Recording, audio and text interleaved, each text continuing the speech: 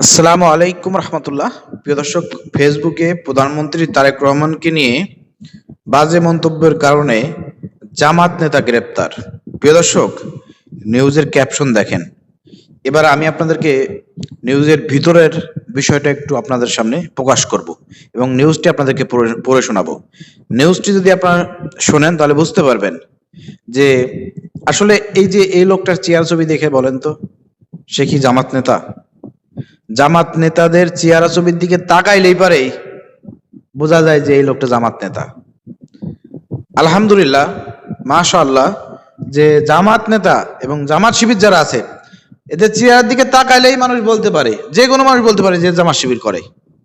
এই লোকটার দিকে তাকাই দেখেন তো, সারা বাংলাদেশ থেকে কোনো একটা লোক, কোনো একটা পাগল দেখেও কি বলবে যে এই লোকটা জামাত নেতা?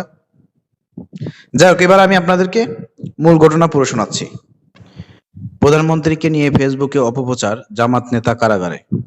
ময়মনসিংহের মুক্তগাছার সামাজিক যোগাযোগ মাধ্যমে ফেসবুকে প্রধানমন্ত্রী তারেক রহমানকে নিয়ে অপপ্রচারের অভিযোগে আজিজুল হক ৩৫ নামের এক জামাত নেতাকে গ্রেপ্তারের পর আদালতের মাধ্যমে কারাগারে পাঠানো হয়েছে।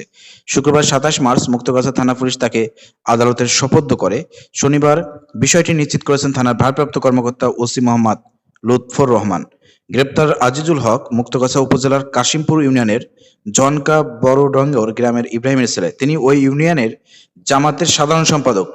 এর আগে গতকাল শুক্রবার বিকেলে তাকে ফৌজদারি কার্যবিধির ৫৪ ধারায় চিফ জুডিশিয়াল ম্যাজিস্ট্রেটের আদালতে পাঠানো হয়।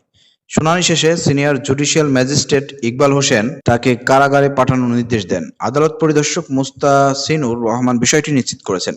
থানা পুলিশ সূত্র জানায়, অজ্ঞাত পরিচয় একটি ফেসবুক পেজ থেকে এক নারীর অশ্লীল ছবির সঙ্গে প্রধানমন্ত্রী তারেক রহমানের ছবি এডিট করে অনেক দিন পর বান্ধবীর সাথে দেখা ক্যাপশনে পোস্ট করা হয়।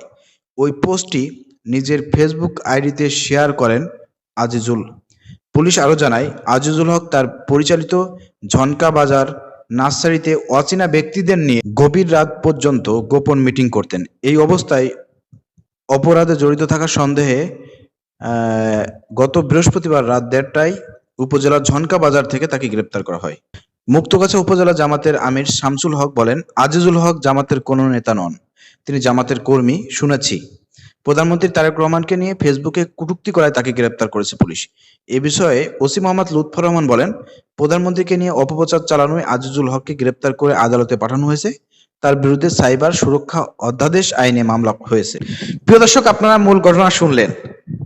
আমার কাছে বলেন, ঘটনা ঘটছে কি আর নিউজ করতেছে কিভাবে? জামাতের নাকি একজন কর্মী, কোন লেভেলের কর্মী আপনারা বুঝতে পারতেছেন না। ৫ই আগস্টের আগের কর্মী নাকি পরের কর্মী? কর্মীদের মধ্যে কিন্তু অনেক পার্থক্য আছে। জামাতের কর্মী হতে গেলে পারে ৫ থেকে ৬টা গুণ লাগে। তার কোনো গুণের মধ্যে আছে কিনা, না শুধুমাত্র নামে মাত্র কর্মী, অথবা এই ৫ই আগস্টের পরে কর্মী হয়েছে, কোনো পড়ালেখা নাই, কোনো মান নাই, হয়তো কোনো সমর্থক সংগঠনও বোঝে না, এরকমের লোককে কর্মী বলে চালিয়ে দিয়েছে নিউজের ভিতরে। কিন্তু নিউজের উপরে ক্যাপশনে কি দিয়েছে? জামাত নেতা।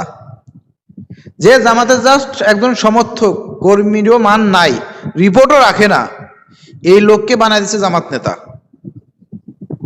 ঘটনা কোথায় ঘটছে তো আপনারা শুনলেন, মুক্তাগাছা উপজেলার কাশিমপুর ইউনিয়নের ঝনকা বড়টঙ্গের গ্রাম।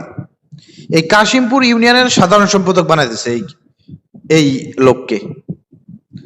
আর কেন গ্রেপ্তার করা হয়েছে? একটা বিকৃতি নারীর সঙ্গে প্রধানমন্ত্রী তারেক রহমানের একটা ছবি কে বা কারা ফেক পেজ থেকে সেটা সারা সারছে, আর এই লোকটা কি করছে, তার ফেসবুকে সেটাকে শেয়ার দিছে। সে নিজে কিন্তু পোস্ট করে নাই, জাস্ট শেয়ার করছে।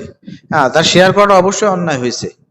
আপনি কোনো কিছু শেয়ার করবেন, বুঝে শুনে করবেন না, যেখানে প্রধানমন্ত্রী তারেক রহমানের বিষয়, খুবই সেন্সিটিভ বিষয়, অর্থাৎ সেটা আপনি জাস্টিফাই করবেন না, বুঝে শুনে করবেন না। এতে কি হবে না হবে, এটা চরম ভুল করছে সে। এই ভুলের জন্য তাকে গ্রেপ্তার করছে, ঠিক আছে, ভালো কথা। কিন্তু যেভাবে তাকে জামাত নেতা সাজানো হয়েছে, এটা তীব্র নিন্দা এবং প্রতিবাদ জানাচ্ছি। এগুলো হচ্ছে মিডিয়ার কারসাজি। কারণ জামাত নেতার এই ক্যাপশনগুলো দিলে পারে এই নিউজগুলো ছড়াবে, বেশি মানুষ পড়বে, তাদের টাকা ইনকাম হবে। এগুলো সব হলো ধান্দাবাজি। নিউজ লাগে ধান্দাবাজি, আর বিএনপি ওই দিক দিয়ে একটু দিয়ে দিছে, ইঙ্গিত দিছে যে জামাত নেতা সাজাই দেওয়া, জামাতের মান সম্মানও একটু নষ্ট হবে। কিন্তু প্রকৃতপক্ষে সে জামাতের সমর্থক হইতে পারে, হায়েস্ট গেলে পারে, কর্মী হওয়ার যোগ্যতা নাই। তার চেহারা ছবির দিকে তাকায় দেখেন, তাকে বানা দিচ্ছে জামাতের ওই ইউনিয়নের সাধারণ সম্পাদক, আবার বলতেছে জামাত নেতা। চিন্তা করছেন? মিডিয়া আবারও দালালি শুরু করেছে বিএনপির। এই মিডিয়াকে বলতে চাই, দালালি করে কিন্তু বিগত দিনের যে ফ্যাসিবাদ আমলের যে দালাল সাংবাদিক ছিল তারা কিন্তু পার পায় নাই। আপনারা আবার নতুন করে নব্য ফ্যাসিবাদের কবলে পড়ে নব্য ফ্যাসিবাদকে পেট্রোনাইজ করতেছেন, তাদের দালালি করতেছেন, তারা যেভাবে নিউজ করতে বলতেছে সেভাবে নিউজ করতেছেন। আপনাদের পরিণতি ভালো হবে না। 24 কিন্তু বেশি দিন হয় নাই, 5 আগস্ট। এটা কিন্তু আবার যে কোনো সময় ঘটতে পারে, কারণ যেভাবে যা চলতেছে দেশের জনগণ জেগে উঠলে পারে, কেউ কিন্তু ছাড় পাবে না।